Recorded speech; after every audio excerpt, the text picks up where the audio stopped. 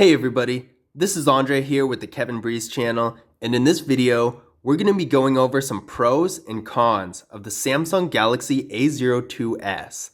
Now this is one of the newest phones in the Samsung Galaxy A series, being released in January 2021 this month. It hasn't quite hit US markets yet, but it's definitely coming soon. If you want to get some more information on the pricing and availability of this phone, be sure to check the link in the description. This link will take you right to the phone on Samsung's website, where a lot of the time they have some great trade-in deals that you might not be able to find anywhere else. That being said, let's get started. Now the first pro for this phone is that it has a really large display. The phone has a 6.5-inch PLS IPS LCD display with a resolution of 720p, a PPI of 270, an aspect ratio of 20:9, and a screen-to-body ratio of 81.8%. So the screen is definitely on the larger side, which is great for content consumption. If you're doing things like streaming videos, browsing the web, and that sort of thing, having a larger screen is definitely going to come in handy. That being said, that brings us to the first con of this phone. The first con of this phone is that the bezels are a little bit thick. Now, while it's great that the phone does have a larger display, the bezels being so thick actually makes it look a little bit more old and a little bit lower end. And the water drop notch for the front-facing camera really doesn't help matters in this situation. It really does make it look a little bit cheaper, a little bit older, and I feel like in a few years you're definitely going to look at this and think this is a pretty old phone compared to a phone like, say, the Moto G Power that does have a lot thinner bezels and has a hole punch for the front-facing camera. Those phones are going to be a lot sleeker and nicer looking, and I think they're going to age a lot better. Whereas having thicker bezels like this phone, it's really not the best looking. It definitely doesn't look very high end with this type of design, and I do think that it's not going to age as well as some of the other phones out there. Another pro for this phone is the internal storage. Now this phone has 64 gigabytes of internal storage with micro SD card expansion. Now, under normal circumstances, I would say that this is a bare minimum for internal storage. Usually, I would say anything less is definitely not going to be enough. But this is a very entry-level and very affordable phone, and most phones in its class do have 32 gigabytes of internal storage, and sometimes even 16. And a lot of those phones at that entry-level point not only have smaller internal storage, but they also have pretty low limits on how much you can actually expand the internal storage with a micro SD card. There was one phone that I saw that had only 16 gigabytes of internal storage, and the micro SD card expansion was limited to 32 gigabytes. Now, in my opinion, that is not nearly enough, especially considering that as time goes on, as things get updated, apps are getting bigger and bigger, and so is the system. So it's really important in any phone, no matter what your situation is, to have more storage than you need, because it's better to have more storage than you need than to regret it later on. To give you an idea of what this storage looks like, I've downloaded all of my favorite apps onto this phone, and of course the system takes up about 12 gigabytes as well. And as you can see here, using 17.7 gigabytes of space, it's only 28% of the phone's total storage.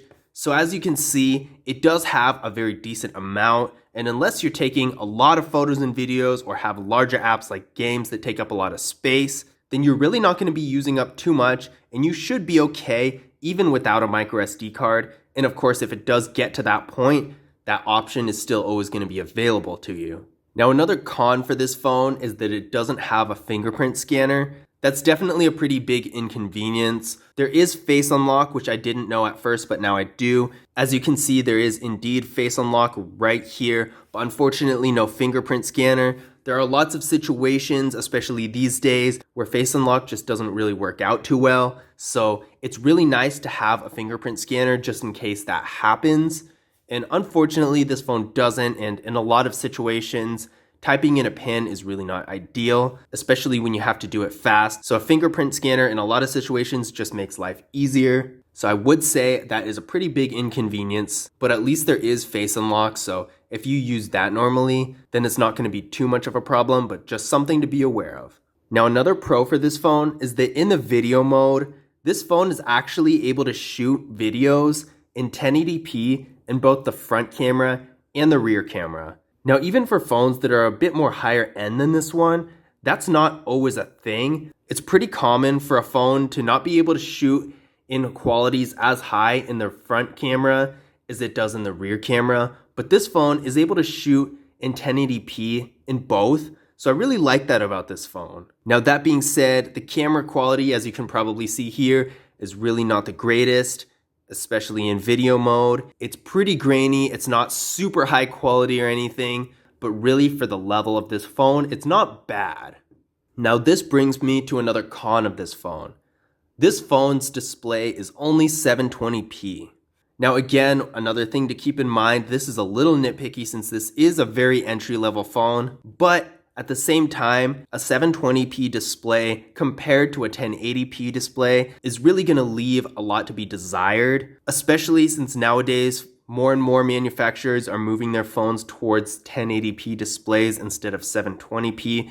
And with this larger display, I do think a 1080p display would really make a bit of a difference and it would look a lot better. In addition to that, since the video can shoot in qualities up to 1080p, it would be nice if you're able to view them in 1080p as well. Because now, since the display is 720p, if you shoot a video in 1080p and then view it on the phone, you're not going to be able to actually view it in 1080p because the resolution of the device itself is 720p, so you're going to be limited to that. And I don't really like that. Personally, if I'm shooting a video, I'm going to want to actually be able to see it in the quality that I shoot it in. Now, this is really not a new issue, even with the higher end phones, like for example, the Samsung Galaxy Note 20 Ultra, top of the line flagship phone from Samsung as well. That phone can actually shoot video on the rear camera in 8K, but of course, the resolution for that phone is 1440p, which is not 8K by any means.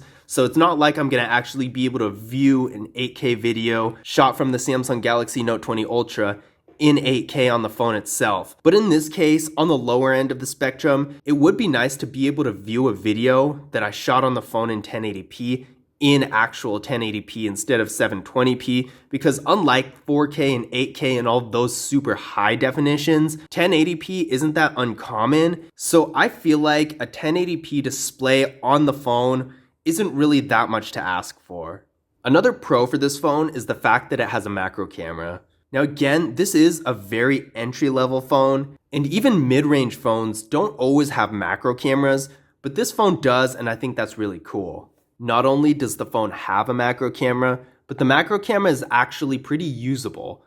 Sure, it's not perfect, it doesn't have the best quality, there's a little bit of a glare, but considering that a lot of phones, in fact most phones at this level don't even have one, it's actually pretty impressive that this one has a macro camera that's actually usable. Now that brings me to another con. This phone doesn't have an ultra-wide camera. I say that because even though the phone has a macro camera, usually an ultra-wide camera is not only arguably a little bit more useful, but also seemingly more common and popular than a macro camera. So I really don't know why, when they were choosing which other features to have on the camera, they chose a macro camera over an ultra-wide camera, especially since the Samsung Galaxy A01 did have an ultra-wide camera. And if I can remember right, I don't think it had a macro camera either, so they really just replaced the ultra-wide camera with the macro camera, which I think is a little weird. I don't know why they didn't just keep the ultra-wide camera and add a macro camera onto that. But it is unfortunate that it doesn't have an ultra-wide camera because that's a really useful feature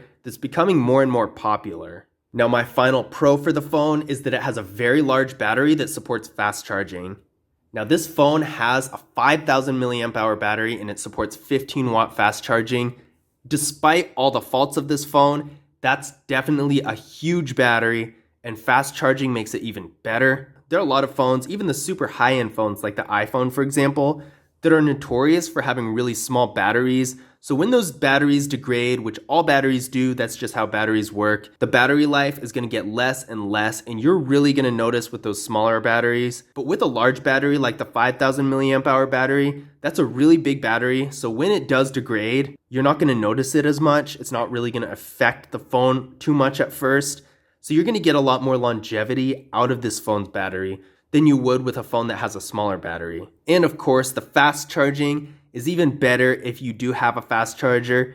You're able to charge the phone up a lot faster, and it makes everything a lot more convenient. Now my final pro for this phone is that it has a pretty weak processor. This phone is getting 4 GB of RAM with a Qualcomm Snapdragon 450 processor. Now keep in mind, there is another variant of the phone with 32 GB of internal storage and 3 GB of RAM. That is not this phone. This specific phone in my hand is the version that gets 4 GB of RAM and has 64 GB of internal storage. That being said, regardless of the variant, this processor is really not that great. I ran a Geekbench 5 benchmark test on this phone a little while ago, and it came back with a single core score of 129 and a multi-core score of 488. Now these numbers are really not that good. You're most likely not going to be doing much beyond basic activities like making calls, sending text messages, surfing the web a little bit, maybe taking a few photos here and there. And of course, content consumption, you can probably stream videos with this as well, but it's really not going to be able to do a whole lot more outside of that. And even when you are doing things like surfing the web, if you go on a site that has a lot to load, or even if you use social media a lot, it's most likely not going to be very fast. This processor is pretty weak and leaves a lot to be desired. But that is it for this video of pros and cons for the Samsung Galaxy A02s. Again, if you want to get more information about the pricing and availability of the device, be sure to check the link in the description. This link is going to take you right to the phone on Samsung's website, and a lot of the time, they're running some great trade-in deals that you might not be able to find anywhere else. That being said, I hope you guys enjoyed the video. If you did, definitely leave a thumbs up and subscribe, and I will see you guys in the next video.